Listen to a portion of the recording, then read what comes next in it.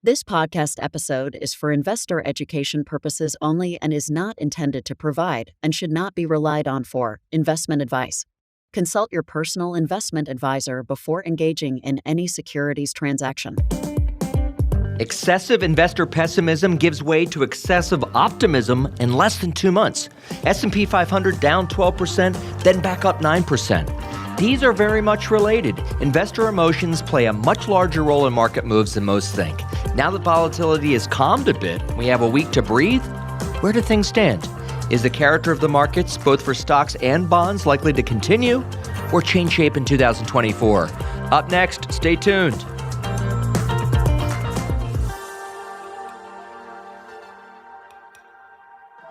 Welcome on board another edition of our Wise Investor Group podcast. I'm Simon Hamilton, Managing Director here at the Wise Investor Group of Raymond James. Hope all is well. Happy holidays.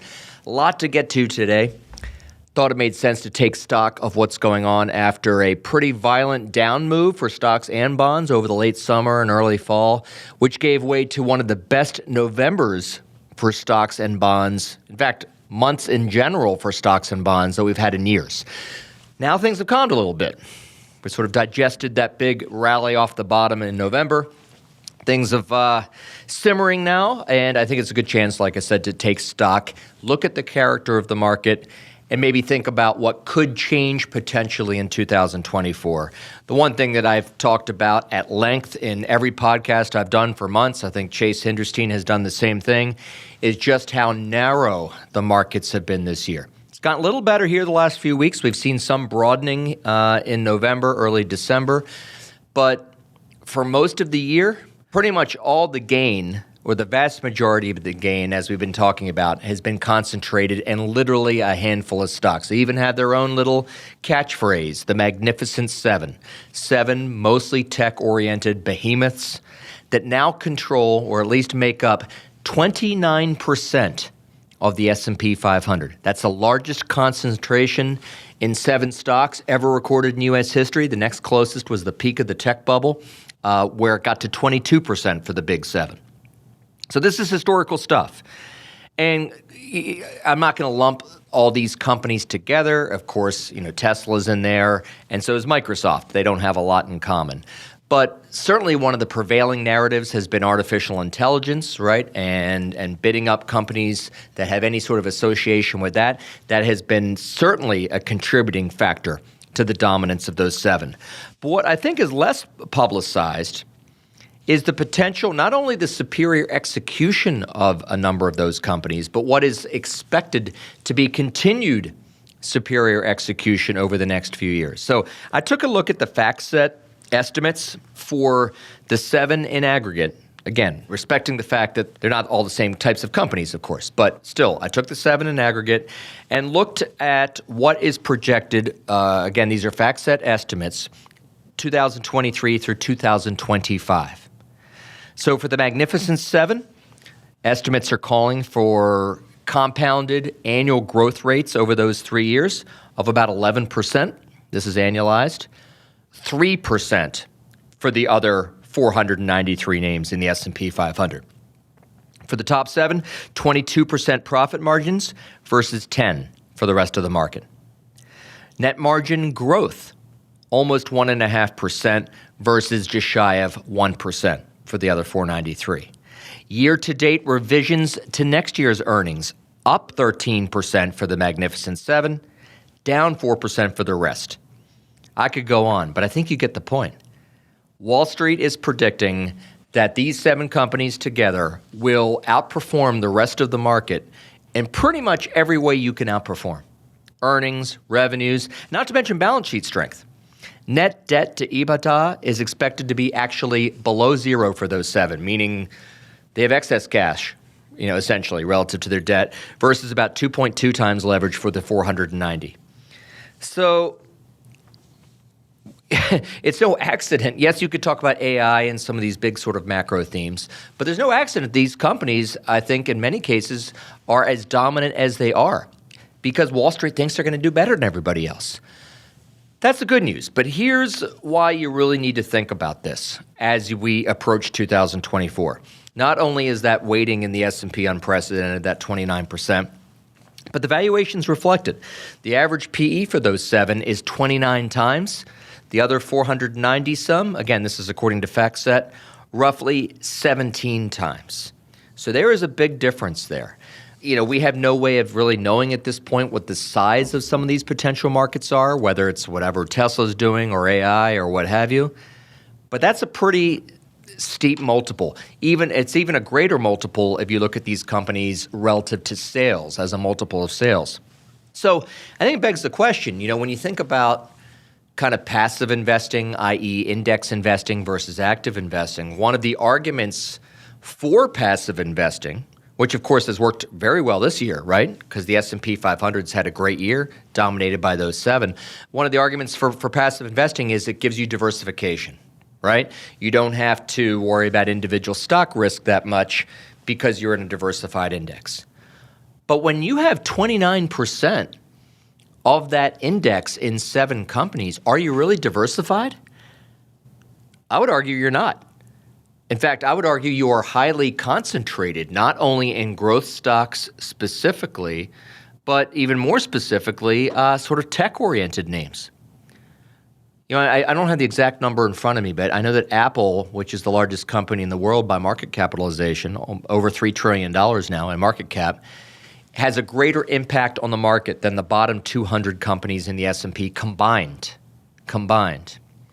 So you're not diversified if you own the S&P 500. And again, let me be clear, I'm not making an argument against index investing. I'm not commenting on that as a strategy. I'm just making the point that if the reason you're in a passive strategy is for diversification, I would argue that in a traditional sense, you're not really getting it at this point. So that's definitely something to think about as you approach portfolio allocation going into 2024. The other thing I'd like you to think about is that there's a pretty wide gap between the earnings contribution to the S&P of those magnificent 7 and the weighting in the S&P. And I've talked about this before, but when you get disconnects in either direction, in other words, where earnings contribute a greater percentage than the market cap weight, that's often a time when you should expect some outperformance or potential outperformance from a sector.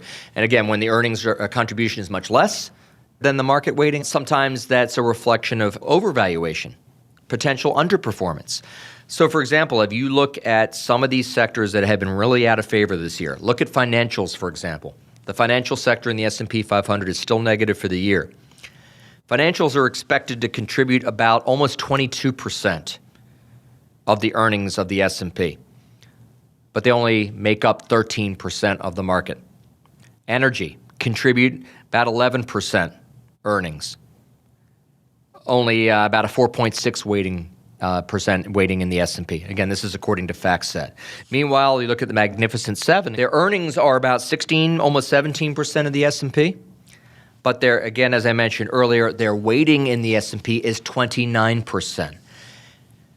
Not to say that anything's going to crash and burn, not making that point, and I'm not making the point that you should not own these companies, but if you are extremely S&P 500 heavy in your portfolio, or if you're very heavy in these names on an individual basis, you've got to think about this. You've got to think about whether you're truly diversified as much as maybe you think you are.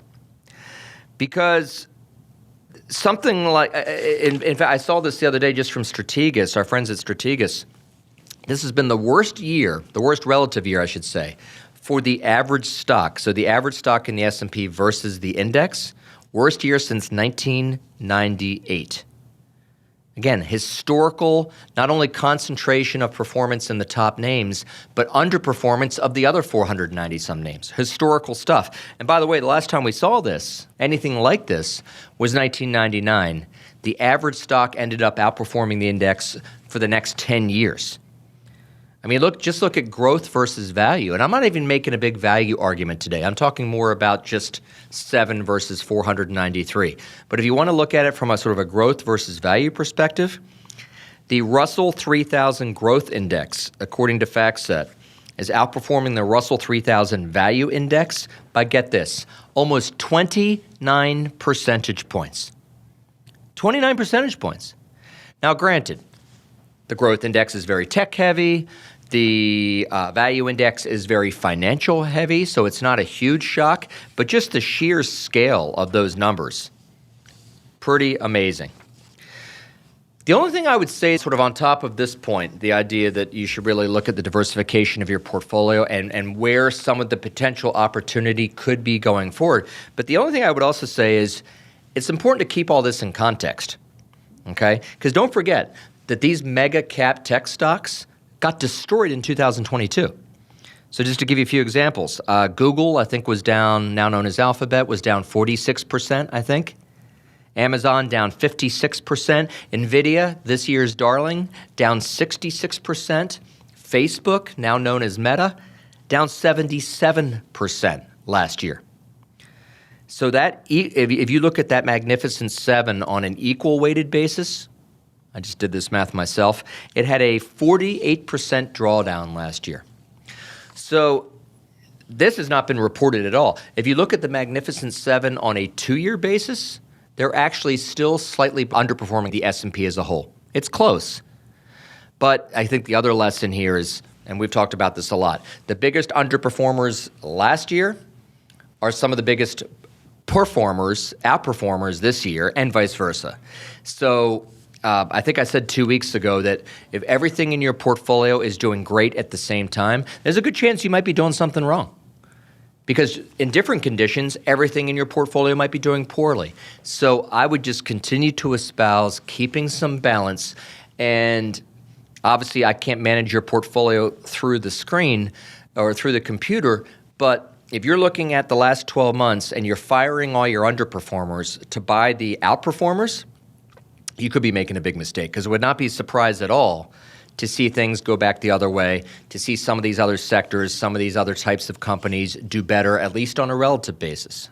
Who knows about an absolute basis? That depends on the economy and everything else, but at least on a relative basis. So think about that. Think about that as you start to reallocate things or think about reallocating things. I mentioned at the top in the opening how sentiment is a much bigger driver, not necessarily of longer-term results for the market, but short-term results for the market. You know, simply put, when everybody gets too fat and happy, that's often when we're on the precipice of a correction. And when everyone gets fearful, that's often when we get a bounce. It doesn't always work like that. Sometimes things get worse, or sometimes things get better for months on end. But when you get extreme sentiment readings in either direction, that's often reflective of the fact that we're about to get a turn. Sure enough, if you look at the AAII, the American Association of Individual Investors Sentiment Poll, which is something I've tracked for years, talked about it for years as well, the bears in the AAI sentiment poll went from over 50% to under 20% just in November. So coming into December, it's probably a little bit different the last few days, but coming into December, this is the lowest bearish percentage since the first week of January in 2018. So clearly the fact that the markets went down significantly from late July through late October caused that excessive bear reading, and the huge rally off the bottom, almost a 10% rally for the S&P in November, caused the spike in bulls. So bulls, as I mentioned, now outnumber bears by almost 30 percentage points. That's a 55% swing from net bearish to net bullish, and that is the best 4-week improvement since that March through April 2009 period, that sharp rally off the lows of the financial crisis. Remember, that was a vertical rally. What happened for most of the last 4 out of 5 weeks at least? We had a vertical rally. So I just make the point that when you feel that everything's hopeless, sometimes that's when the market turns up. And when you start extrapolating out your portfolio to how many millions you're going to have in 10 years and it looks easy to make money, that's often when we get a correction. And I think the effect of emotions on investing has actually gone up, for lack of a better word, from where it was 10, 15 years ago because of the proliferation of exchange-traded funds.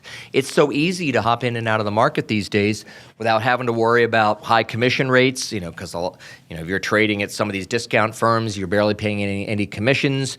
If you're buying ETFs, you're not paying sales loads. So there's very little barrier to excessive trading in portfolios. Read a study, I can't remember where I saw it, but it was from Goethe University in Frankfurt, which I had never heard of, by the way, until I saw this study. But it was an interesting study. They looked at the 7.1 trillion in ETFs in the United States, and specifically a sample size that included 872 passive exchange-traded funds as well as some active funds. And what they found was, which is no real surprise, but the more you've had passive ETF ownership, the more you've had volatility. Okay, that's not exactly groundbreaking research. But I thought the specifics of it were more interesting. And what they found is, quote, a one standard deviation increase in passive ETF ownership of a particular stock raised the impact of what they call market noise by about 6 percentage points and decreased that of firm-specific information by 9 percentage points. So in other words, stocks that are kind of excessively owned or over-owned, whatever term you want to use, by these passive ETFs had been much more volatile just as a result of market noise. And by market noise, I think they mean things not necessarily related to fundamentals. So it could be a comment from the Fed. It could be a geopolitical event overseas. It could be an inflation print. And we've certainly seen that this year. Meanwhile, good old-fashioned fundamentals like earnings, sales, commentary from the CEO or CFO tend to matter less. This is something I've certainly experienced in person. But I think the other takeaway that I had from the study was this evens out over the long haul. So yes, if you're a day trader or position trader, or you're coming up with some sort of short-term trading algorithm, you're going to be very sensitive to these types of fluctuations. If you're an individual investor like me, like most of you, you can use these things to your advantage. As I've been talking about for the first 10 minutes, a high percentage of the money flow has gone into 7 stocks. If you're willing to be patient, if you're willing to look at the fundamentals, look at valuations, there may be opportunities here that may not be realized right away. But maybe 2, 3, 4 years from now, you're going to have a lot of success. So think about that. As Joel Greenblatt said, he's a money manager I followed for a long time. He had a great quote. Quote, stock prices move around wildly over very short periods of time. This does not mean the values of the underlying companies have changed very much during that same period. That's very true. I mean, how often do we see a stock move 5, 10, 15, 20% on no news at all? Not related to an earnings release, just market noise. Doesn't mean and even if it were related to fundamentals, if a company comes out and misses their earnings by a penny and goes down 10%, is that a reflection on the fact that the company's fundamental outlook and sales and operations have declined by 10%? No, most of the time that's not the case. Use these things to your advantage. And by the way, even though short-term the market has gone from very negative to very positive in terms of sentiment, overall, I would say that investors are still very sober with respect to the markets. In fact, according to Bank of America, net flows for stock mutual funds and ETFs as of the end of November was negative $240 billion. So this is in a year where the S&P has had a double-digit positive return. You've had $240 billion in net withdrawals from stock funds. So yeah, people are feeling a little bit better than they were in October, but I would say overall this is a very pessimistic, very sober market, which I think is a positive. I think there are a lot of people positioned. We've talked about it. Chase has talked about it. A lot of people sitting in cash, over $5 trillion, something like that, sitting in money markets and bank accounts. I'm not saying it's all going to come back in next week, but if we do get a better outcome than what is currently being suggested, there is a lot of money that will want to come back into the market at some point. That could be a potential tailwind. I'm not going to talk too much about bonds today. I will say, though, that just as stocks had a good November, it was one of the best months for bonds ever recorded. In fact, if you look at the Bloomberg U.S. Aggregate Bond Index, it closed 4.5% higher just in November. That's the best month, I think, since 1985. And I believe the 7th or 8th best since that index started, which I think was sometime in the mid-'70s. In fact, according to Bloomberg, U.S. aggregate bond index has only returned 4% or more in a given month 11 times in like 100 years.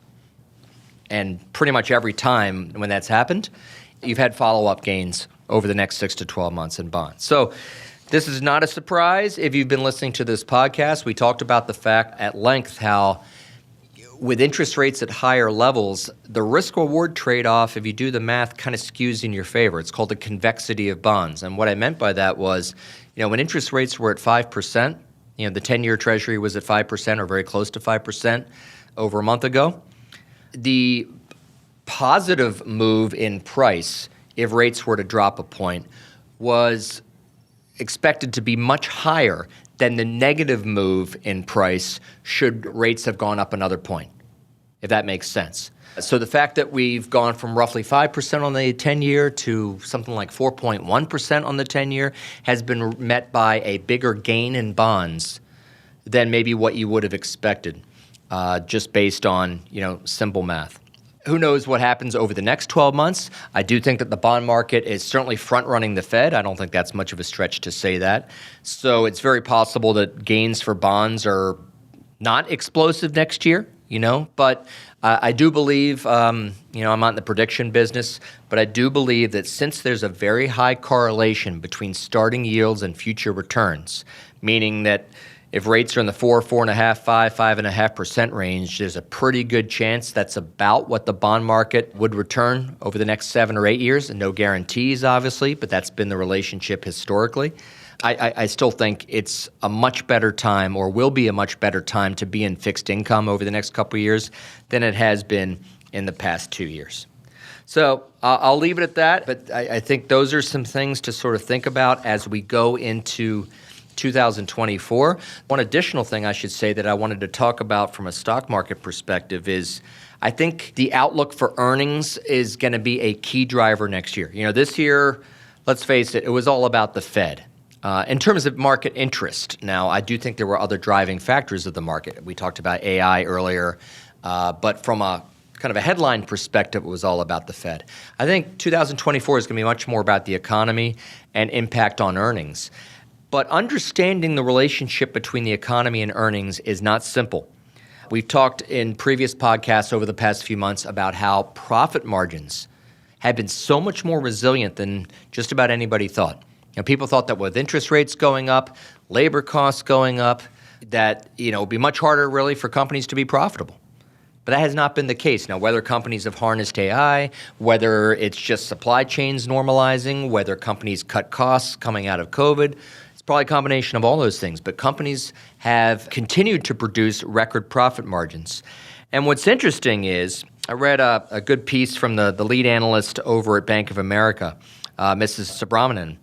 And she was basically saying that not only could profit margins be resilient, but she thinks that 2024 could be one of those unusual years where S&P 500 earnings growth heats up even as the broader economy cools. She makes the point that historically, 24% of decelerating GDP growth periods were accompanied by accelerating earnings growth. Might sound counterintuitive, but a lot of it has to do with the leverage that companies do have from a stripped-down cost structure. And she actually makes the third point that the environment that has been the best backdrop for stock returns over the last 50 years has been that type of environment. Decelerating economy, accelerating earnings. And she went back to 1950 and found that the S&P rose 14% year over year on average, with positive returns 82% of the time in that type of environment. Past success, no guarantee of future performance, but still, that's what the history says. And the last thing I'll kind of mention on that front is the shift in consumer preferences could come into play as well. I think we all know that when we were all shut in during COVID, what did we do? We spent a lot of money on goods, right? We weren't out traveling. We weren't going into a lot of restaurants. We weren't entertaining. But what did we do? Maybe we did some painting around the house. Maybe we refurbished our decks. Maybe we bought a grill. So we were spending heavily on goods. Last year and a half or so, that has transitioned to spending on services, right? A record amount of travel, record amount of restaurant traffic, a record amount of mall traffic. A lot of smart economists are saying that kind of dislocation or maybe just a recovery in the service side has run its course, and that the balance between goods spending and service spending could normalize, revert back to a more historically common relationship, which would imply a pickup in goods spending going forward in 2024. The reason I mention all this is because the U.S. economy, U.S. GDP, is roughly 70% services, according to Bank of America. However, if you look at S&P 500 earnings, where do earnings come from? It's about 49% services, 51% goods. Goods are only 18% of the U.S. economy. So you get the point. Spending money on goods is much more impactful on S&P 500 earnings than spending money on services. So that is the case. You combine that with a still pretty healthy profit margin structure for U.S. stocks. Even if we, obviously if we go into a deep recession, that's going to be a challenging environment for the stock market. But if we have a modest cool down or a cool down that doesn't lead to outright economic contraction, you could still have a pretty good earnings performance from the S&P 500. So that's another thing just to sort of think about going forward. Up next, stick with me. I want to transition a little bit. I have one more kind of point to make on the big picture, and then I do have a few company-specific updates for you in the healthcare patch, which has been a very tough sector this year. Back in a minute.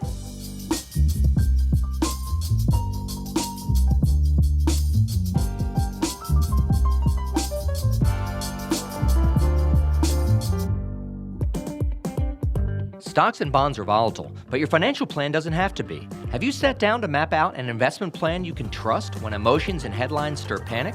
I'm Simon Hamilton with the Wise Investor Show. Every week we discuss the latest financial trends and what investors need to know.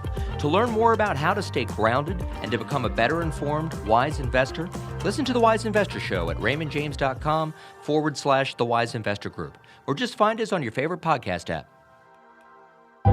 The information contained in this podcast represents the opinions of the hosts and guests and does not necessarily represent the views of Raymond James and Associates, Inc., the Wise Investor Group, or their respective affiliates and employees. This podcast is for investor educational purposes only and is not intended to provide and should not be relied on for investment advice. The contents of this podcast do not purport to constitute a comprehensive summary of all information necessary to base an investment decision. Past performance is not a guarantee of future results. Securities mentioned in this podcast may not be suitable for all investors.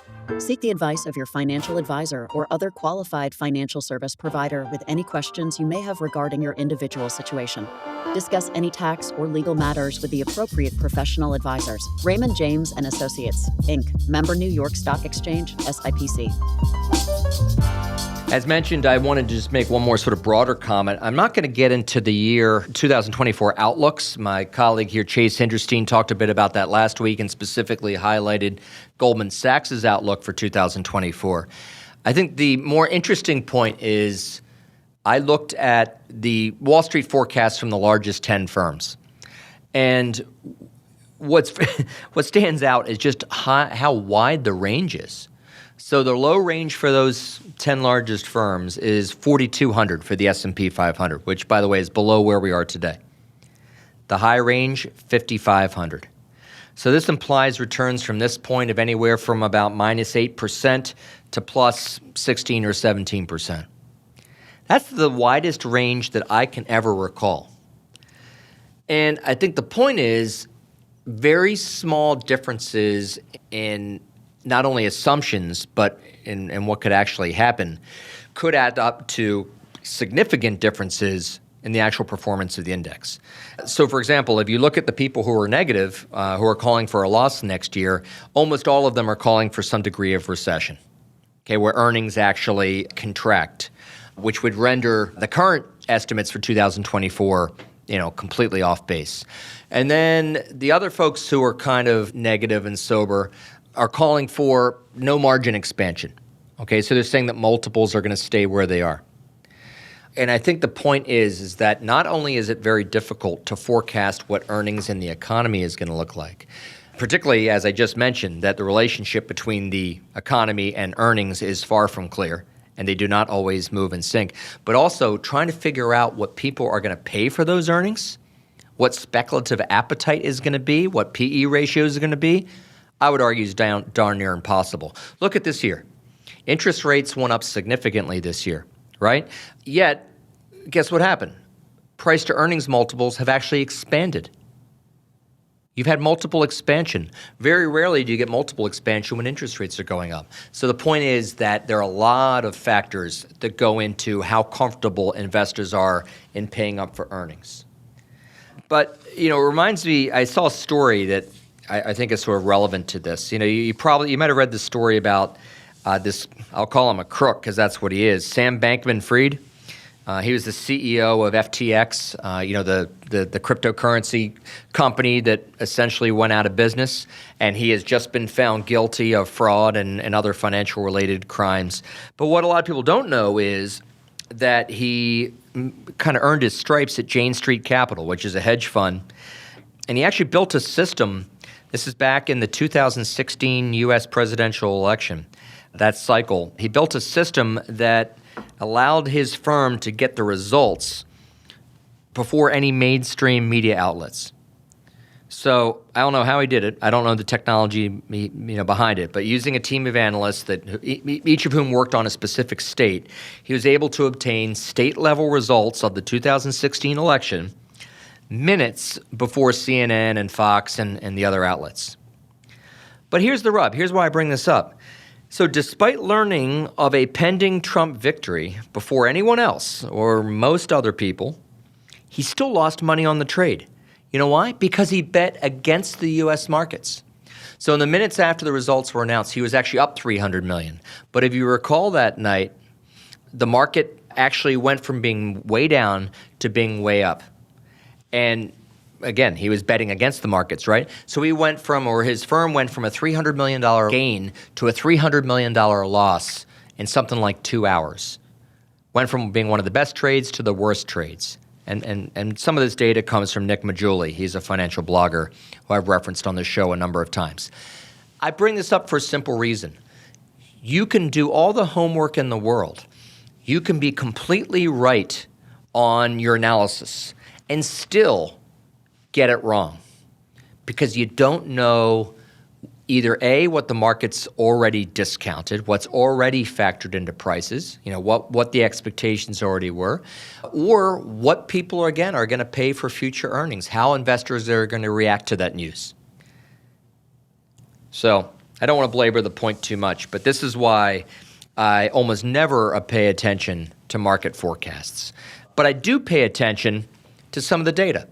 I do pay attention to some of the assumptions. Those things are relevant, but not so much in sort of believing them as gospel, but understanding where consensus lies, what is already thought about, what is already discounted, because that's often what creates opportunity. But this idea that, if A happens, B has to happen, that sort of linear thinking rarely helps you when it comes to investing. So I would just caution you that when you see a company come out with a big bullish target on the market or a bearish target on the market, read the article, but don't pay a whole lot of attention to the conclusions because it's probably going to steer you in the wrong direction. All right, I'm going to leave sort of the macro side at that for now. There's a lot else I could get to, but I'll save it for next time. I did have a few company-specific comments. Talked a lot about healthcare.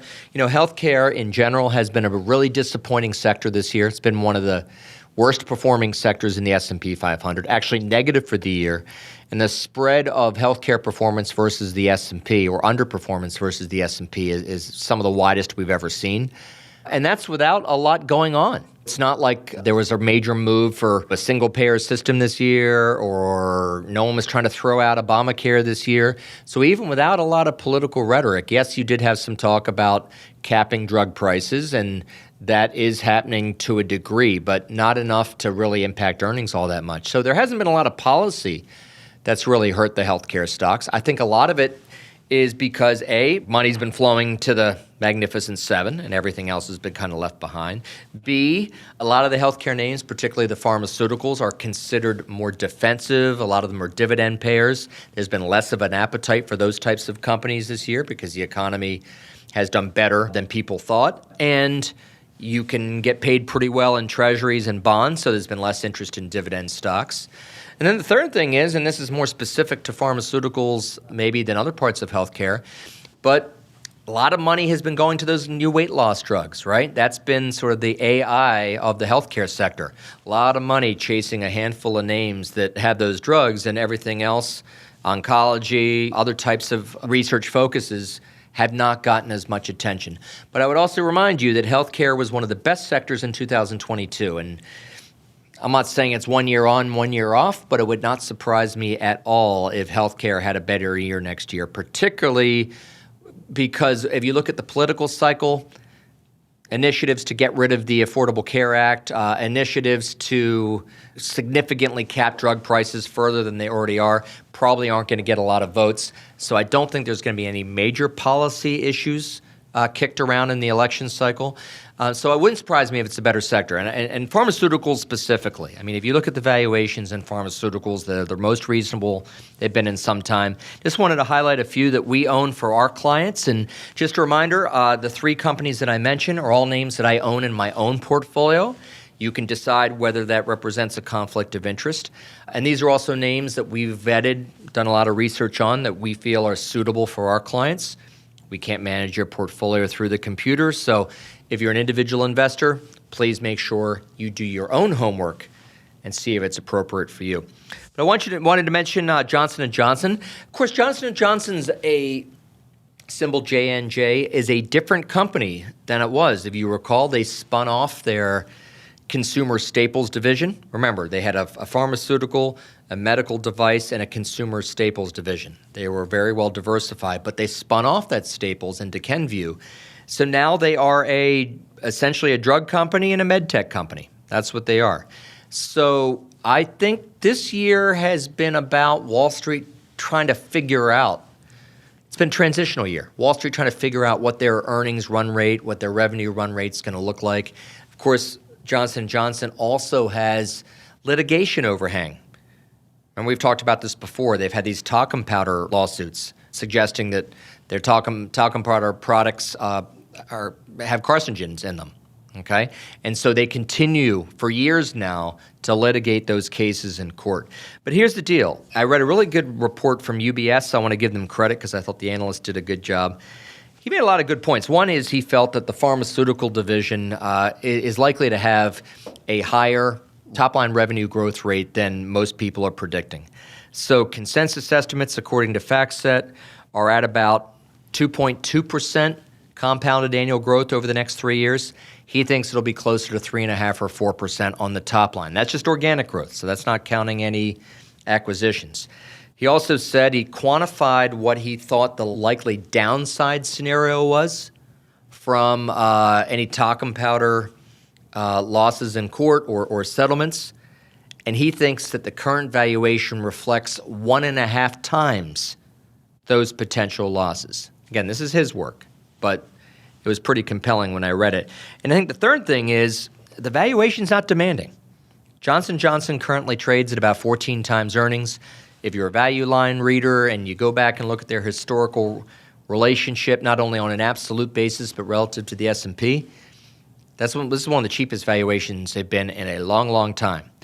So if you combine maybe a better than expected drug portfolio and revenue outlook with litigation risks that may be already well discounted in the price, I think the potential risk-reward ratio skews positively for J&J. Of course, there are risks to the scenario. If, in fact, the political winds become much more draconian in terms of drug price caps, that would certainly be a risk. Of course, if the litigation risks are not as well quantified or baked into the price as this analyst suggests, I think that would be the other major risk. But at 14 times earnings, it seems like you might be compensated for that. Merck, I'm not going to talk a lot about Merck today, symbol MRK, but I would say that Merck is trading at less than 13 times projected earnings, which I think is the cheapest they've been in probably 5 years. Everybody knows about their Keytruda, their oncology treatment, which is their core drug. I think the concern with Merck is that drug goes off patent protection in 2028. But what they've spent a lot of time doing is all kinds of combination therapies and using Keytruda in a number of different oncological applications, if you will, which extends the patent life into a whole range of other areas. They've also gotten really good take-up from Gardasil, which is their HPV vaccine. That seems to be getting a lot of traction.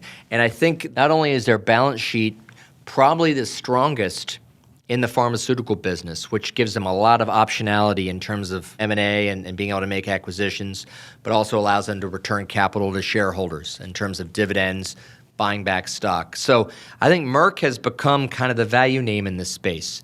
Again, the risks there are the risks with any pharmaceutical company, that their pipeline ends up being not as promising as what is currently being modeled for. I think that's the key risk there. And then the third one I'll mention is AbbVie. I'm not going to spend a lot of time on AbbVie simply because Chase did a lot on them a few weeks ago. But what's interesting about AbbVie is they've been very newsworthy recently. Believe it or not, they've made 2 major acquisitions in pretty much less than a week. Now, they kind of telegraphed this a bit on their most recent earnings call. Their balance sheet leverage was the least it had been in a number of years, and they basically said, hey, listen, we're going to be looking to essentially diversify our bench here because remember, their flagship drug, the anti-inflammatory Humira, has gone off patent and is increasingly subject to generic competition. So they have spent a lot of time diversifying their revenue stream. They bought Allergan, of course, which is the parent company of Botox. But these 2 major acquisitions, one was just announced on Thursday. One is Immunogen. The other is Cerevel. The first one gives them a really strong foothold in solid tumors, which has been an area of focus for them. The other potential flagship treatment for schizophrenia, antipsychotics, which also has potential relevance to treating Parkinson's and maybe even Alzheimer's. The key point with these 2 acquisitions is not only can they both potentially significantly expand their revenues and pipeline over the next 10 years and will be modestly dilutive to earnings, but they still maintain their earnings estimates for the next 12 months. So AbbVie thinks that they can integrate these acquisitions without dramatically expanding their leverage, keeping up their current profitability, and essentially finance these just from internal cash flow while they wait for the drugs to come to market. So I read the Raymond James report on it. The Raymond James analyst thinks that this could expand AbbVie's multiple because they're only trading about 12 times earnings because I think investors are worried about those Humira revenues sort of rolling off and not being replaced. But if there's more confidence that not only will those revenues be replaced, but also that the potential revenues in the out years are greatly enhanced, that could be something that expands the multiple for AbbVie. So stay tuned. By the way, the stock market has responded well to both of those acquisitions. It went up on both of those news announcements. So there's some confidence that they might be able to execute on that. Of course, the risks are when you spend close to $20 billion in a week for drugs that aren't even on the market yet, there's certainly a risk to that for obvious reasons. You know, if those drugs do not have the efficacy that they hope for or there's competition that comes in, those will certainly prove to be expensive deals. But I think AbbVie, Merck, Johnson & Johnson, given their valuations, are very interesting here, particularly if we see money come back into healthcare over the next 12 months after it being a very disappointing sector across the board pretty much in 2023. So I hope that was helpful. Obviously, there's a lot else that I could talk about. I think I have one more show before the end of the year. Yeah, I think I'm back on before Christmas. So I will certainly get to more in terms of what to think about for 2024. In the meantime, I wish you continued happy holidays and wise investing. The information contained in this podcast represents the opinions of the hosts and guests and does not necessarily represent the views of Raymond James and Associates, Inc., the Wise Investor Group, or their respective affiliates and employees. This podcast is for investor educational purposes only and is not intended to provide and should not be relied on for investment advice. The contents of this podcast do not purport to constitute a comprehensive summary of all information necessary to base an investment decision. Past performance is not a guarantee of future results. Securities mentioned in this podcast may not be suitable for all investors. Seek the advice of your financial advisor or other qualified financial service provider with any questions you may have regarding your individual situation. Discuss any tax or legal matters with the appropriate professional advisors. Raymond James and Associates, Inc., member New York Stock Exchange, SIPC.